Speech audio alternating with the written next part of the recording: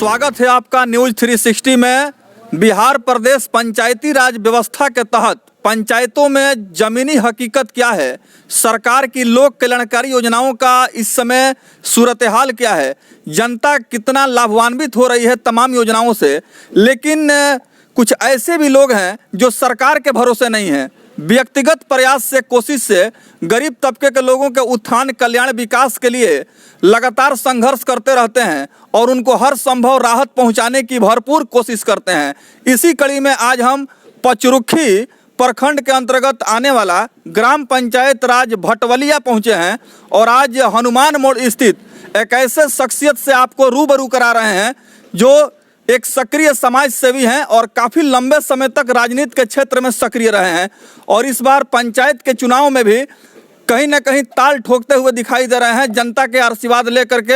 आइए जानते हैं अशोक यादव जो लगातार जनता के बीच जा रहे हैं, कंबल का वितरण कर रहे हैं, गरीब तबके के लोगों को राहत सामग्री भी दे रहे हैं। और कोरोना वायरस के समय में जब पूरा देश लॉकडाउन था उस समय इन्होंने गरीबों को मदद पहुंचाने का काम किया और इस काम को लगातार जारी रखे हुए हैं। आइए अशोक यादव क्या कुछ कह रहे हैं। कंबल का वितरण चल रहा है आपके द्वारा। जी सर। इस तरह का सोच कैसे विकसित हुआ? हमारा इस तरह का सोच हुआ कि हम इधर हमारा जो ये देहात एरिया में हमारा घर पड़ता है सर, काफ़ी गरीब लोग हैं, इधर है झोपड़ा झोपड़ी है, इसलिए कभी भी हम लोग थोड़ा सा ठीक ठाक रहा है हमारा परिवार।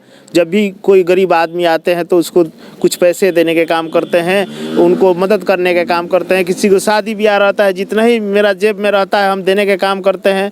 तो हमको लगा, चुपचाप बैठल थे, हमको लगा कि भाई अब ना कहीं मास्क मिल रहा है ना कोई व्यवस्था है, पूरा लॉकडाउन लग गया है, बे मास्क और गमछा का कोई प्रशासन चलने नहीं दे रहा है। तो हमने सोचा कि क्या व्यवस्था इसमें, हम सोचे कि हम गमछा और मास्क लेकर के हम निकल पड़े पूरा पंचायत के अंदर। हम बोले कि हमारा इतना ही औकात है। लेकिन शुरुआत हम जब किए अपने हनुमान मोड़ बाजार पर तो उस समय हम अपना पंचायत नहीं देखे, यहाँ 4 पंचायत के लोग उस समय थे, बाजार के दिन था, उस समय सबको हमने गमछा देने के काम किया।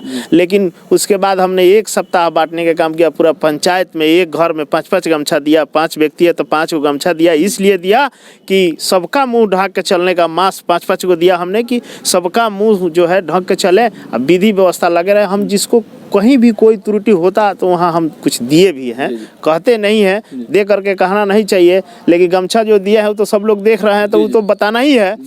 अभी हम सोच रहे थे कि अभी हम क्या करें इस पूरे स्थिति में। मान लीजिए कि सरकार तो खाने को दे रही है, सर अनाज तो मिल रहा है सबको, लेकिन अभी ठंड में गरीब आदमी को क्या हम मदद कर सके। तो हम सोचे कि चलिए हम अब कम्बल शॉल लेके उतर जाएं। तो कम्बल को हमने व्यवस्था किया, होलसेलर से लिया, हम ले करके हमने बांटने के काम किया है पूरा पंचायत में। अभी 1-2 वार्ड बाकी है जो हमने पूरा करने का काम करेंगे, कल सुबह बांट देंगे उसको भी। कहाँ वितरण हुआ है अशोक यादव जी? हमारा वितरण हो गया है, फर्स्ट वितरण हुआ है मेरा 14 नंबर वार्ड बंजरिया गांव में, उसके बाद नूरदीनपुर में हुआ है, उसके बाद भटवलिया में हुआ है, रसूलपुर में 2 टोला हो गया, एक बरहनी बाकी है। जो बाकी है जिसको बाकी बोल रहा हूँ अब उसको बांटने का काम करूँगा, उसको छोड़ूंगा नहीं, किसी भी परिस्थिति में नहीं छोड़ूंगा, चाहे उसके लिए मेरा कुछ भी हो जाएगा। हम बांटने के लिए तैयार हैं। हमेशा कोई भी गरीब आदमी आएगा मेरे पास, उसको कुछ न कुछ मदद करने के लिए हम तैयार हैं। किसी को बेटी की शादी होता है, हमको वो आके आ जाता है, आवाज़ देता है, हम उसको मदद जो ही रहता है हम करने का काम करते हैं। ऐसा कोई नहीं है कि हम सुन लिए कि कोई किसी को तकलीफ है तो उससे हम हट जाएंगे, ये ऐसा कोई हमारा सोच नहीं है। मेरा अपना सोच है कि जहाँ तक हमारा कान के आवाज़ में आएगा कि किसी को कोई तकलीफ है वहाँ अपने सेम जाते हैं, जा करके उसको जो भी मदद करना होगा करते हैं।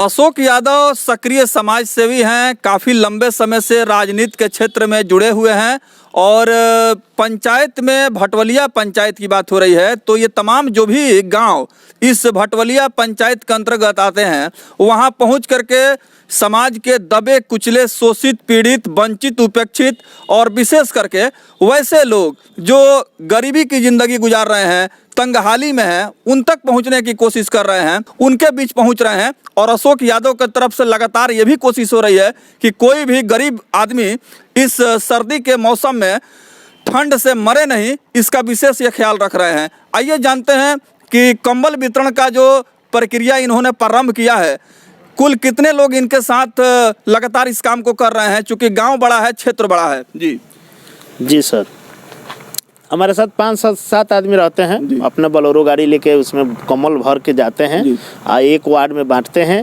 फिर आते हैं, फिर ओरा जाता है तो फिर भर के अपना एक गाड़ी जाते हैं, बांटते हैं, ऐसे बांटते हैं ना हमारे